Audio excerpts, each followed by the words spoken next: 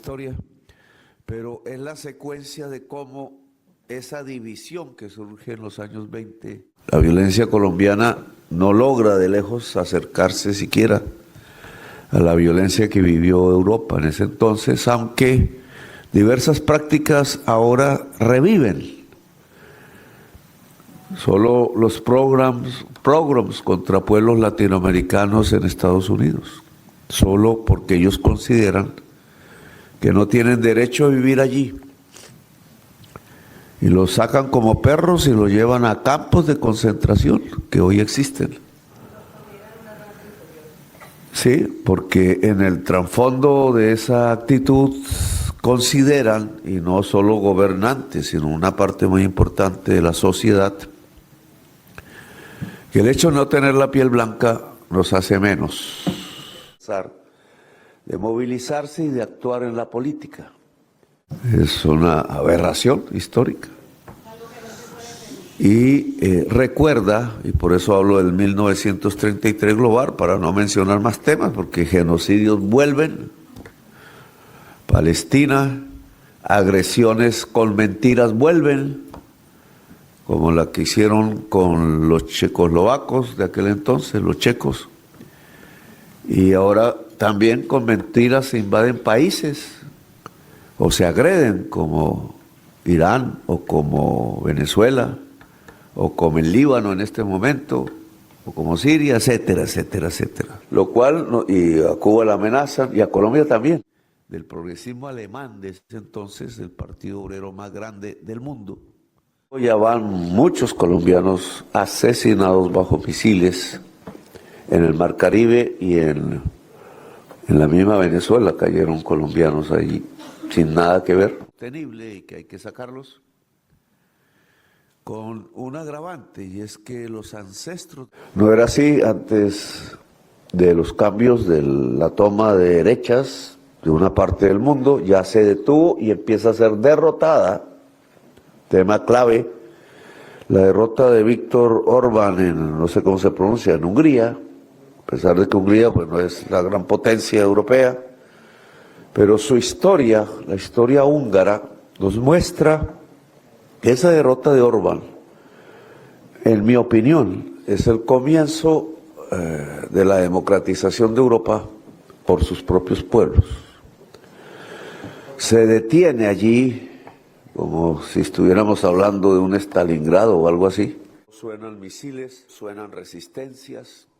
En América Latina es claro la debacle de Milei en Argentina, que fue el gran abanderado de esto que llamaron la oleada de la extrema derecha tomándose el mundo, no hay tal. En Davos llevaron a Milei a ponerlo de héroe. Nosotros dejamos de asistir a Davos. ¿Eso qué es? Un insulto a América Latina, de los más ricos del mundo. Adiós Davos. De esta forma, yo creo que hay dos ejes de poder que se empiezan. Pero la debacle argentina de hoy es también una de las piezas simbólicas, en cierta forma, que muestran la debacle también de la extrema derecha mundial. No es solamente Chile, no es solamente que hemos resistido, que ojalá Colombia resista, porque iban por Colombia, será después Brasil, México ya lo hizo. La mayor parte de América Latina vive bajo gobiernos progresistas y construye un futuro con todos los conflictos y contradicciones que es obvio en este momento de la historia. Kementerian Luar Negeri RI menindaklanjuti respon positif pemerintah Iran dalam upaya membebaskan 2 kapal tanker Pertamina yang masih tertahan di Selat Hormuz akibat perang antara Amerika Serikat, Israel, dan Iran.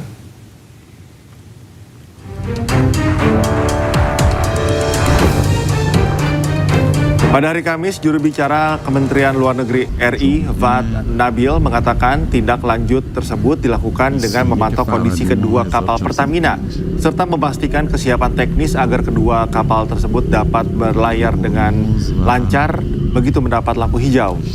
Kesiapan teknis yang dimaksud antara lain meliputi kesiapan kru serta asuransi pelayaran. Nabil juga menjelaskan, Indonesia terus menegaskan pentingnya Selat Hormuz sebagai kawasan aman, terbuka, dan dapat dilalui oleh pelayaran internasional sesuai ketentuan hukum internasional. Indonesia juga menolak segala bentuk ancaman terhadap kapal niaga dan menegaskan keselamatan pelaut menjadi prioritas seluruh pihak.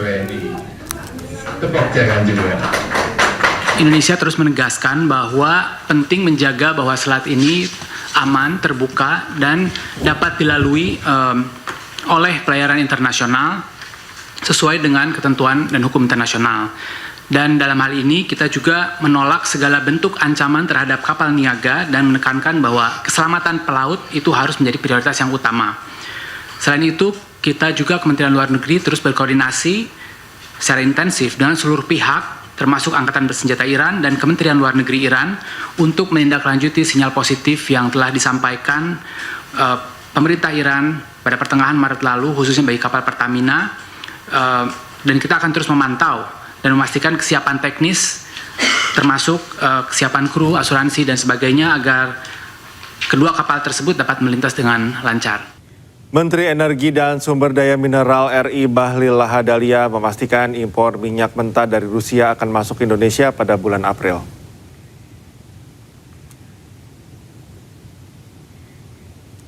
Selain crude oil atau minyak mentah, pemerintah juga tengah memfinalisasi kesepakatan pasokan LPG dari Rusia guna memenuhi kebutuhan domestik yang kian meningkat. Diketahui kebijakan ini merupakan langkah antisipasi pemerintah terhadap potensi gejolak pasokan di pasar energi dunia.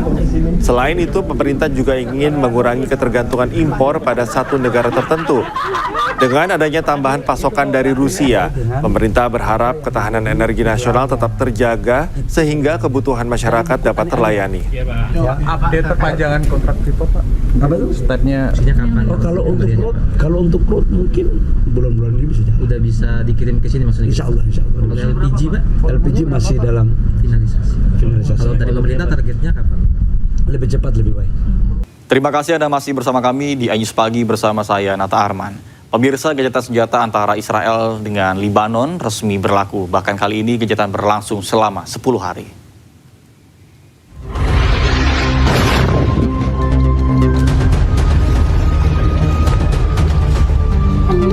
Israel terus membombardir kota-kota di Lebanon. Kali ini serangan menghantam salah satu rumah di Ain Qana'a, Lebanon Selatan. Israel berdalih rumah ini adalah tempat penyimpanan senjata milik Hizbullah.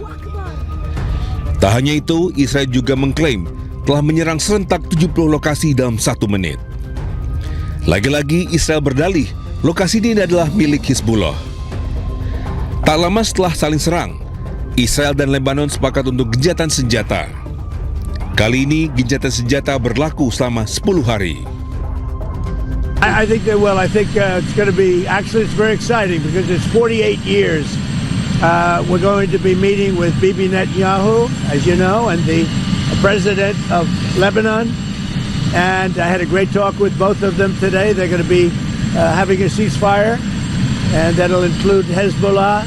And I think it could be number 10 for me.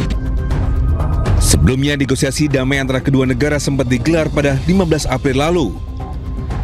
Dalam perundingan yang digelar di Amerika Serikat, belum menghasilkan solusi. Akhirnya pertemuan dilanjutkan di Amerika Serikat dan kedua negara sepakat untuk gencatan senjata.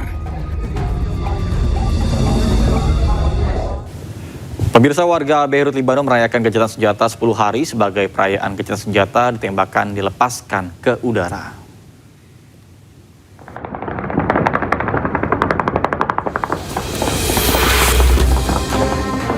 Tembakan terdengar di seluruh Beirut, Lebanon.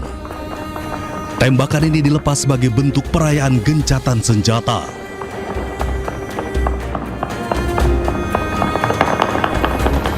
Warga melepaskan tembakan bertubi-tubi ke udara untuk merayakan dimulainya gencatan senjata. Gencatan senjata selama 10 hari antara Israel dan Lebanon dilaporkan mulai berlaku pada pukul 00 pagi waktu setempat hari Jumat.